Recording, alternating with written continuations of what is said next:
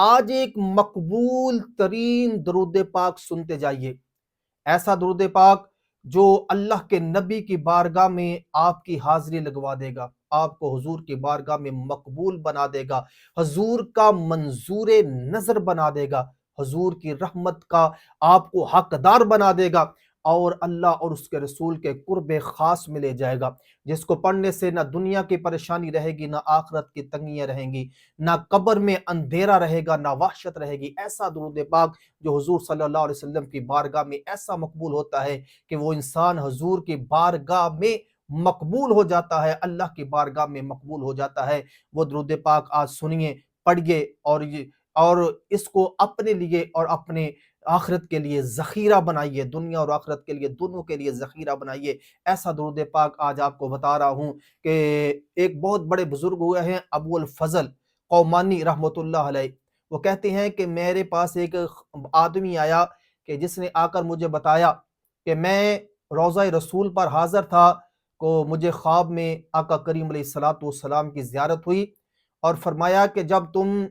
ہمدان میں جاؤ تو ابو الفضل قومانی سے میرا سلام کہنا۔ اتنی بڑی بات جب اس آدمی نے سنی تو کہنے لگا، میں نے عرض کی یا رسول اللہ،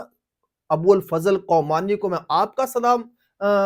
پہنچاؤں؟ فرمایا ہاں، ان کو میرا سلام کہنا۔ یا رسول اللہ، اتنا بڑا ان کو مرتبہ کیسے مل گیا، مقام کیسے مل گیا، اتنی بڑا ان پر کرم کیسے ہو گیا کہ آپ انہیں سلام بھیج رہے ہیں، آپ فرما رہے ہیں کہ میرا سلام پہنچانا؟ تو آقا کریم علیہ الصلوۃ والسلام نے فرمایا کہ ابو الفضل قومانی روزانہ مجھ پر 100 مرتبہ یا اس سے زیادہ یہ درود پاک پڑھتا ہے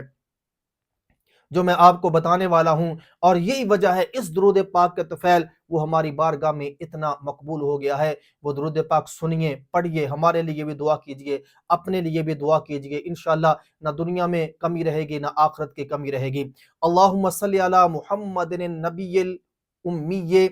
وعلی آل محمد، جزا اللہ محمدن صلی اللہ علیہ وآلہ وسلم عنا ما هو اہلہ۔ تو یہ درود پاک فرمایا کہ وہ 100 مرتبہ یا اس سے زیادہ روزانہ میری بارگاہ میں پیش کرتے ہیں، تو یہی درود پاک انہیں میری بارگاہ میں مقبول بنا گیا، اور اتنا مقبول بنا گیا کہ آج ہمدان سے آنے والے بندے کو میں